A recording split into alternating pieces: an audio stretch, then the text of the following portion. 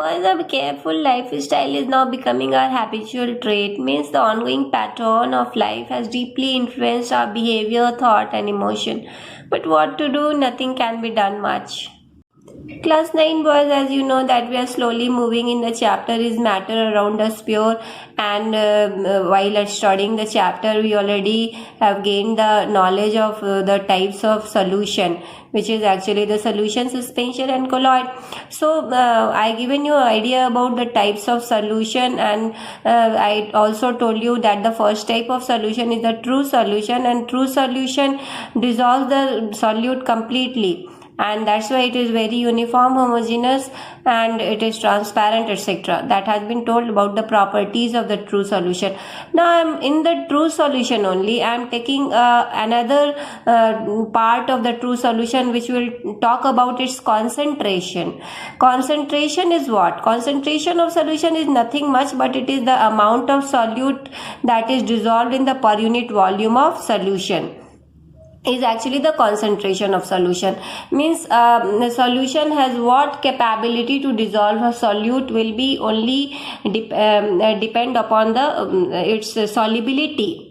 How the solvent is dissolving a particular solute will depend upon its solubility. So concentration of solution is closely related with the solubility, and that's why it can be calculated also. Calculated by a simple formula, that is your concentration of solution is nothing but the amount of solute divided by amount of solution or amount of solvent also. But when we are talking about the how to calculate in the percentage way, then you will calculate in the mass percentage of solution and in the volume percentage of solution. Mass percentage of solution is the amount of solute, means the mass of solute in grams divided by mass of solution, and then we multiply it by 100 to calculate the percentage. Similarly, you can see here also that the volume percentage of solution will be calculated with this simple formula, but instead of mass of solution we will take volume of solution. The remaining thing will be same. So the topic is actually a numerical based topic, and we will solve the numericals also. Don't get disappointed that I am not giving you any numerical problem and not solving it. When we will take up the exercise of the chapter, all the numericals given in this exercise will be solved at that time. But now try to understand that what is the type of solution on the basis of concentration. I have given you idea about the type of solution on the basis of dissolution. But when the dissolution is going on, it will make the solution concentrated either or not concentrated or thinly concentrated. So on the basis of this we talk about two types of solution here. One is your saturated solution and another will be unsaturated solution. So what is saturated solution? A solution actually will be a saturated when you will see that no more solute can dissolve in the solvent. Whereas here I will say one thing, that just knowing the science is not enough, but applying the science is also equally important. Then it will go in your value based level.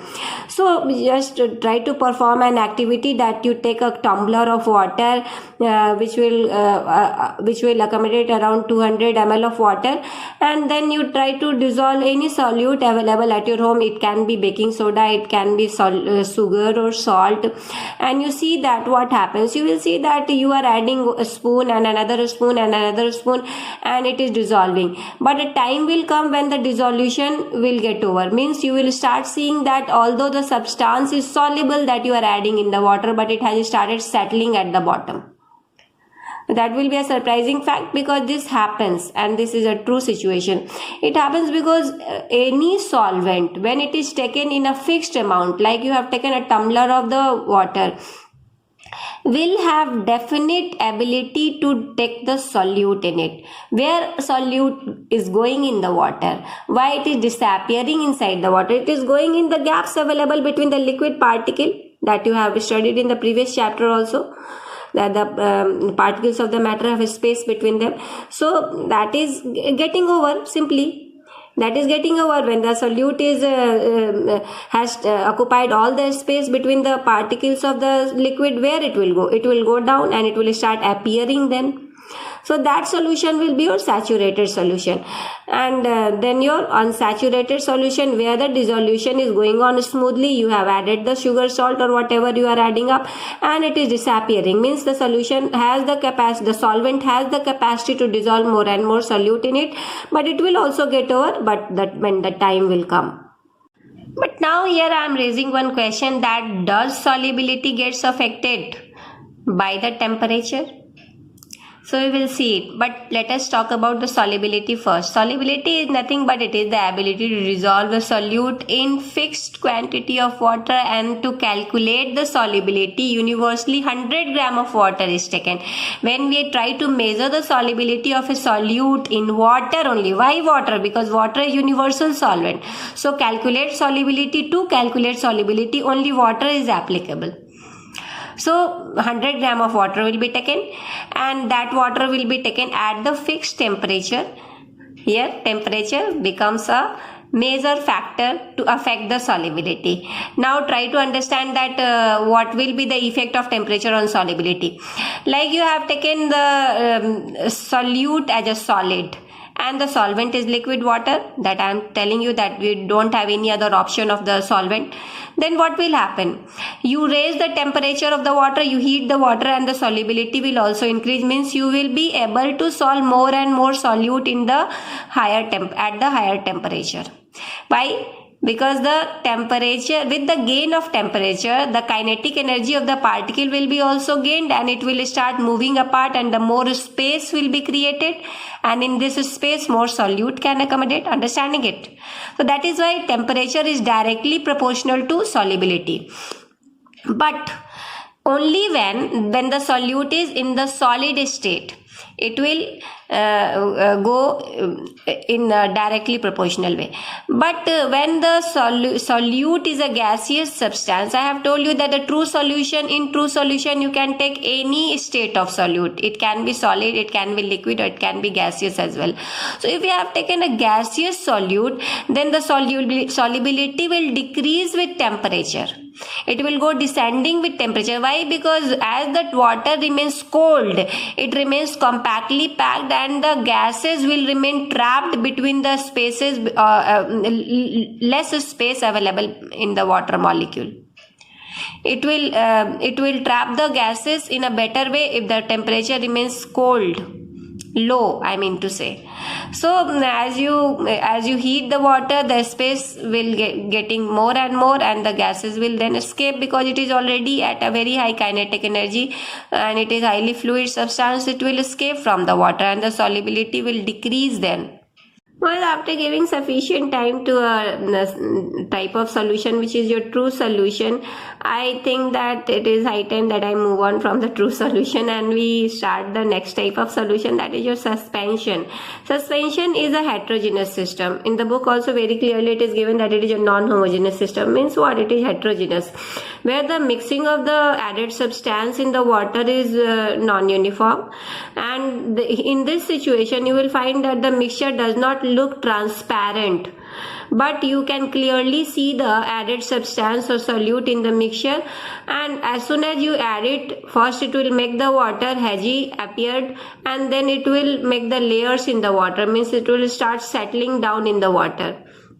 So this type of mixture will be a suspension, means the here solubility is negligible. Solubility is very high, or you can say 100% around in the case of solution, but in the case of suspension, solubility is negligible.